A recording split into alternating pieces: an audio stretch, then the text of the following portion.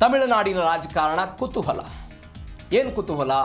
ಮೇ 4ನೇ ತಾರೀಕಿಗೆ ಚುನಾವಣಾ ಫಲಿತಾಂಶ ಬಂತು. ಚುನಾವಣಾ ಫಲಿತಾಂಶ ಆದ ನಂತರ ತಮಿಳುಗ ವೆಟ್ರಿ ಕಳಗಂ ಟಿವಿಕೆಯ ಸಂಸ್ಥಾಪಕ ದಳಪತಿ ವಿಜಯ್ ತಮಿಳುನಾಡಿನ 24ನೇ ಮುಖ್ಯಮಂತ್ರಿಯಾಗಿ ಅಧಿಕಾರದ ಚುಕ್ಕಾಣಿಯಲ್ಲಿದ್ದಾರೆ. ಆದರೆ ಇದೀಗ ಅವರ ಸರ್ಕಾರ ಕೇವಲ 6 ತಿಂಗಳು ಮಾತ್ರ ಅಧಿಕಾರದಲ್ಲಿ ಇರುತ್ತೆ. 6 ತಿಂಗಳ ನಂತರ ಅದು ಅಧಿಕಾರವನ್ನು ನಡೆಸೋದಿಲ್ಲ, ಬಿದ್ದು ಹೋಗ್ಬಿಡುತ್ತೆ ಅಂತ ಯಾರು ಹೇಳ್ತಾ ಇರೋದು? ವಿರೋಧ ಪಕ್ಷದ ನಾಯಕರುಗಳೆಲ್ಲ ಹೇಳ್ತಾ ಇರೋದು.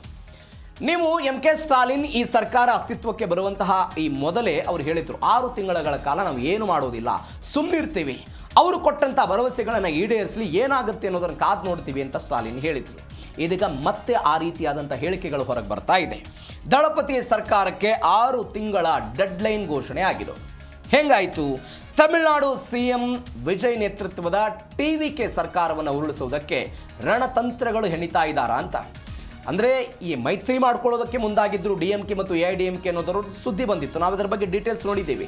TVK ಯಾವುದೇ ಕಾರಣಕ್ಕೂ ತಮಿಳುನಾಡಲ್ಲಿ ಅಧಿಕಾರಕ್ಕೆ ಬರಬಾರ್ದು, ಅಂದರೆ 2 ಪ್ರಬಲವಾದ ದ್ರಾವಿಡ ಪಕ್ಷಗಳ ನಡುವೆ TVK ಅಸ್ತಿತ್ವಕ್ಕೆ ಬಂದರೆ ನಮ್ಮ ಅಸ್ತಿತ್ವಕ್ಕೆ ಧಕ್ಕೆ ಆಗುತ್ತೆ ಅಂತ 2 ಪಕ್ಷಗಳ ದೊಡ್ಡ ಅಭಿಪ್ರಾಯ ಆಗಿತ್ತು. ಹೀಗಾಗಿ ಅದನ್ನು ದೂರ ಇಡಬೇಕು ಅನ್ನೋ ಕಾರಣಕ್ಕಾಗಿಯೇ DMK AIDMK ತಮ್ಮ ಹಳೆಯ ವೈಷಮ್ಯಗಳನ್ನು ಮರೆತು ರಾಜಕೀಯವಾಗಿ ಒಂದಾಗ್ತಾರೆ. ಆ ರಾಜಕೀಯವಾಗಿ ಒಂದಾಗಿ TVKಯನ್ನು ಅಧಿಕಾರದಿಂದ ದೂರ ಇಡ್ತಾರೆ ಅನ್ನುವಂಥ ಚರ್ಚೆ ಆಗ್ತಾ ಇತ್ತು. ಇದೀಗ DMKಯ ನಾಯಕ ಅನಿತಾ ರಾಧಾಕೃಷ್ಣನ್ 6 ತಿಂಗಳಲ್ಲಿ ವಿಜಯ್ ಸರ್ಕಾರ ಪತನ ಆಗುತ್ತೆ ಅಂತೆಲ್ಲ ಗುಡುಗಿದ್ದಾರೆ. ಸ್ಟಾಲಿನ್ ಮತ್ತೆ CM ಆಗ್ತಾರೆ ಅಂತ ಮಾಜಿ ಸಚಿವರು ಹೇಳಿರೋದು. TVK ಶಾಸಕ ಅದವ್ ಅರ್ಜುನ್ಗೆ ರಾಜೀನಾಮೆ ಕೊಟ್ಟು ಸ್ಪರ್ಧಿಸುವಂತೆ ಅವರೆಲ್ಲ ಓಪನ್ ಚಾಲೆಂಜ್ ಹಾಕಿದ್ದಾರೆ. 234 ಕ್ಷೇತ್ರಗಳ ಪೈಕಿ 108ರಲ್ಲಿ ಅವ್ರು ಗೆದ್ದಿದ್ರು. ಕಾಂಗ್ರೆಸ್ 5 ಸ್ಥಾನ ಸಪೋರ್ಟ್ ಆಯಿತು. CPIMನವರು ಸಪೋರ್ಟ್ ಮಾಡಿದ್ರು, IUMLನವರು ಸಪೋರ್ಟ್ ಆಯಿತು. ಅದಾದ ನಂತರ AIDMK 25 ಜನ ಬಂಡಾಯ ಎದ್ದು ಬಹುಮತ ಸಾಬೀತುಪಡಿಸುವಂತಹ ಸಮಯದಲ್ಲಿ ಅವರು ಕೂಡ ಅವರಿಗೆ ಮತ ಹಾಕಿದ್ದನ್ನೆಲ್ಲವನ್ನು ಕೂಡ ನೋಡಿದ್ದೀವಿ. ಇದು ಸಾಧ್ಯತೆಗಳ ಬಗ್ಗೆ ಮುಂದೆ ಚರ್ಚೆ ಆಗುವಂಥ ವಿಚಾರ. ಬಟ್ ವಿಪಕ್ಷಗಳು ಮಾತ್ರ ಈ ರೀತಿಯಾಗಿ ಮಾತನಾಡ್ತಾ ಇವೆ. ಹಾಗಾದರೆ MK ಸ್ಟಾಲಿನ್ ಇನ್ಸ್ಟಾಗ್ರಾಮಿಗೆ ಹೆದರಿದ್ರಾ? ಇಂಥದ್ದೊಂದು ಚರ್ಚೆ. ಏನಿದೆ ಇನ್ಸ್ಟಾಗ್ರಾಮಿಗೆ ಚರ್ಚೆ?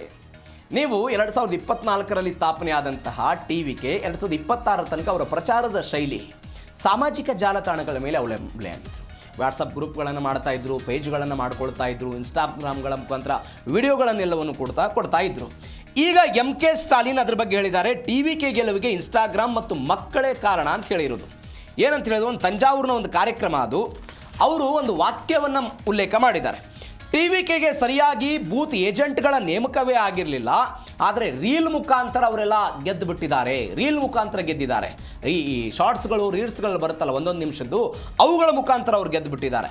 ಆ ವಿಡಿಯೋಗಳನ್ನು ನೋಡಿದಂತಹ ಮಕ್ಕಳು ಏನು ಮಾಡಿದ್ರು, ತಮ್ಮ ತಂದೆ ತಾಯಿ ಮನೆಯಲ್ಲಿರುವಂಥ ಹಿರಿಯರಿಗೆಲ್ರಿಗೂ ಹೋಗಿ ವಿಜಯ್ ಮಾಮಾಗೆ ಓಟ್ ಹಾಕಿ, ವಿಜಯ್ ಮಾಮಾಗೆ ಓಟ್ ಹಾಕಿ ಅಂತ ಹೇಳಿದರು. ಆ ಚಿಕ್ಕ ಮಕ್ಕಳ ಮಾತುಗಳನ್ನು ಕೇಳ್ಕೊಂಡು ಎಲ್ಲರೂ ಕೂಡ ಯಾರಿಗೆ ಓಟ್ ಹಾಕಿದ್ದಾರೆ? TVKಗೆ ಓಟ್ ಹಾಕಿದ್ದಾರೆ ಅಂತ.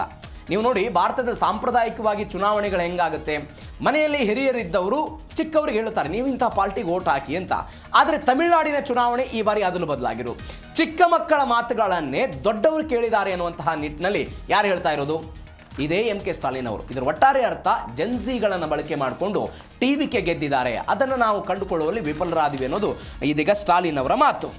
AIDMK ಕಚೇರಿಗಳಿಗೆ ಮತ್ತೆ ಬೀಗಗಳು ಬೀಳ್ತಾ ಇದೆ. 3ನೇ ಸ್ಥಾನಕ್ಕೆ ಹೋಗಿದೆ AIDMK. 2026ರ ಚುನಾವಣೆಯಲ್ಲಿ ತಿಕ್ಕಾಟಗಳು. ವೇಲುಮಣಿ ಷಣ್ಮುಗಂ ಒಂದು ಬಣ, ಎಡಪ್ಪಾಡಿ ಪಳನಿಸ್ವಾಮಿ ಅವರದ್ದು ಒಂದು ಬಣ. ವೇಲುಮಣಿ ಮತ್ತು ಷಣ್ಮುಗಂ ಅವರ ನೇತೃತ್ವದ ಒಂದು 25 ಜನ ಶಾಸಕರೆಲ್ಲ ಯಾರಿಗೆ ಸಪೋರ್ಟ್ ಮಾಡಿದ್ರು? ವಿಜಯ್ ಅವರಿಗೆ ಸಪೋರ್ಟ್ ಮಾಡಿದ್ದಾರೆ. ಇದೀಗ ಕಚೇರಿಗಳು ಅವರವರ ಕಾರ್ಯಕರ್ತರುಗಳನ್ನು ಉಳಿಸ್ಕೊಳ್ಳೋದಕ್ಕೆ ಈ ಬಣದ ಬಡದಾಟ ಏನು ಶುರುವಾಗಿದೆ, ಅಲ್ಲಿ ನಿಷ್ಠಾವಂತರಿಗೆ ಜವಾಬ್ದಾರಿಗಳನ್ನು ಕೊಡ್ತಾ ಇದ್ದಾರಂತೆ. ಹೀಗಾಗಿ ಕಚೇರಿಗಳಿಗೆ ಬೀಗ ಹಾಕುವ ಪ್ರಯತ್ನಗಳೆಲ್ಲ ಆಗ್ತಾ ಇದೆ. ಹೀಗಾಗಿ ಪೊಲೀಸ್ ಭದ್ರತೆ ಕೊಟ್ಟಿದ್ದಾರೆ, ಲಾಕ್ಡೌನ್ಗಳಾಗ್ತಾ ಇದೆ, ಕಾರ್ಯಕರ್ತರ ನಡುವೆಲ್ಲ ಜಿದ್ದಾಜಿದ್ದಿ ಆಗ್ತಾ ಇದೆ. ದಿಂಡಿಗಲ್ಲು, ಕಡ್ಲೂರು, ಕರೂರು, ವಿಲ್ಲುಪುರಂ ಎಲ್ಲ ಕಚೇರಿಗಳಿಗೂ ಕೂಡ ಬೀಗ ಬಿದ್ದಿದೆ. ಒಂದು ಐತಿಹಾಸಿಕ ಪಾರ್ಟಿ 1972ರಲ್ಲಿ ಸ್ಥಾಪನೆ ಆಗಿದ್ದಂಥ AIDMK 2026ರ ಚುನಾವಣೆಯಲ್ಲಿ 3ನೇ ಸ್ಥಾನಕ್ಕೆ ಬರುತ್ತೆ ಅಂತ ಹೇಳಿದರೆ ಏನಾಗುತ್ತೆ ಪರಿಸ್ಥಿತಿ ಹೇಳಿ? 2016ರಿಂದ ಇಲ್ಲಿ ತನಕ ಅಧಿಕಾರ ಸಿಕ್ಕಿಲ್ಲ. ಹೀಗಾಗಿ ಕಿತ್ತಾಟಗಳು ಶುರುವಾಗಿರೋದು. ಹೀಗಾಗಿ ಕಚೇರಿಗಳಿಗೆ ಬೀಗ ಬೀರ್ತಾ ಇದೆ. ಮತ್ತೊಂದು ಕಡೆ 25 ಶಾಸಕರಿಗೆ ಅನರ್ಹತೆಗೆ ತೂಗುತ್ತಿ. ಷಣ್ಮುಗಂ ಮತ್ತು ವೇಲುಮಣಿ ಈ ಇಬ್ಬರು ನಾಯಕತ್ವದ ಅಡಿಯಲ್ಲಿ 25 ಜನ ಶಾಸಕರು ಬಹುಮತ ಸಾಬೀತು ಸಮಯದಲ್ಲಿ ಯಾರಿಗೆ ಸಪೋರ್ಟ್ ಮಾಡಿದ್ರು? TVKಗೆ ಸಪೋರ್ಟ್ ಮಾಡಿದರು. ಹೀಗಾಗಿ ಅವರ ವಿರುದ್ಧ ಈ EPS ಬಣ ಏನಿದೆ ಇವರೆಲ್ಲರೂ ಕೂಡ ಅಂದರೆ ಎಡಪ್ಪಾಡಿ ಪಳನಿಸ್ವಾಮಿ ಬಣ ಏನಿದೆ ಅವರು ಕಾನೂನು ಸಮರವನ್ನು ಸಾರ್ತಾ ಇದ್ದಾರೆ. 3 ತಿಂಗಳ ಒಳಗಾಗಿ ಸ್ಪೀಕರ್ ಕ್ರಮ ತೆಗೆದುಕೊಳ್ಳದೆ ಇದ್ರೆ ಕೋರ್ಟ್ ಮೆಟ್ಟಲಿಗೆಲ್ಲ ಹೋಗೋದಕ್ಕೆ ಅವರೆಲ್ಲ ತಯಾರಿಯನ್ನು ಮಾಡಿಕೊಂಡಿದ್ದಾರೆ ಅಂತ. ಅಂದರೆ AIADMK ಈ ಬಾರಿ ಗೆದ್ದಿರೋದು 47. ಆ 47ರ ಪೈಕಿ 3/2 ಶಾಸಕರು ತನ್ನ ಮೂಲ ಪಕ್ಷವನ್ನು ಬಿಟ್ಟು ಬೇರೊಂದು ಪಕ್ಷಕ್ಕೆ ಹೋಗ್ಬಿಟ್ರೆ ಅದೇನು ಸಮಸ್ಯೆ ಆಗ್ತಿರ್ಲಿಲ್ಲ. ಅಂದರೆ 47ರ ಪೈಕಿ 32 ಜನ ಹೋಗಬೇಕಾಗಿತ್ತು ಇವರು. ಆದರೆ 7 ಜನ ಶಾಸಕರ ಕೊರತೆ ಇದೆ. ಯಾರಿಗೆ? ಈ ಷಣ್ಮುಗಂ ನೇತೃತ್ವದಲ್ಲಿ ಟೀಮ್ ಏನು ಹೋಗಿದೆ ಅವ್ರಿಗೆ 7 ಜನ ಶಾಸಕರ ಕೊರತೆ ಇದೆ.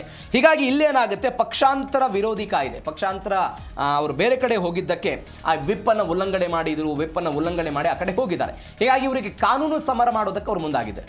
ಮತ್ತೊಂದು ಏನು ಅಂತ ಹೇಳಿದ್ರೆ, ಸ್ಪೀಕರ್ಗೆ ಒಂದು ನಿರ್ದಿಷ್ಟವಾದಂತಹ ಸಮಯದಲ್ಲಿ ಈ ಎಲ್ಲ ಪ್ರಕರಣಗಳನ್ನು ಇತ್ಯರ್ಥ ಮಾಡಬೇಕು ಅನ್ನುವಂಥ ಸಮಯವನ್ನು ಹೇರೋದಕ್ಕೆ ಸಾಧ್ಯ ಇಲ್ಲ.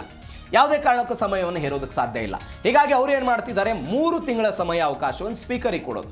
ಸ್ಪೀಕರಿಗೆ ಸಮಯವನ್ನು ಕೊಟ್ಟು ಒಂದು ವೇಳೆ ಸ್ಪೀಕರ್ ಸಮಯವನ್ನು ತೆಗೆದುಕೊಳ್ಳದೆ ಹೋದರೆ ಕೋರ್ಟ್ ಮುಖಾಂತರ ಇದನ್ನು ಬಗೆಹರಿಸಿಕೊಳ್ಬೇಕು ಅನ್ನುವಂಥ ಆಲೋಚನೆ ಯಾರಿಗಿದೆ? ಎಡಪ್ಪಾಡಿ ಪಳನಿಸ್ವಾಮಿ ಅವರಿಗಿದೆ ಅನ್ನುವಂಥ ನಿಟ್ಟಿನಲ್ಲಿ ಚರ್ಚೆಗಳಾಗ್ತಾ ಇರೋದು. ದ್ರಾವಿಡ ಕೋಟೆಯಲ್ಲಿ ದಳಪತಿ ಅಧಿಪತ್ಯಕ್ಕೆ ಮೈತ್ರಿ ಕಂಟಕ ಆಗುತ್ತಾ?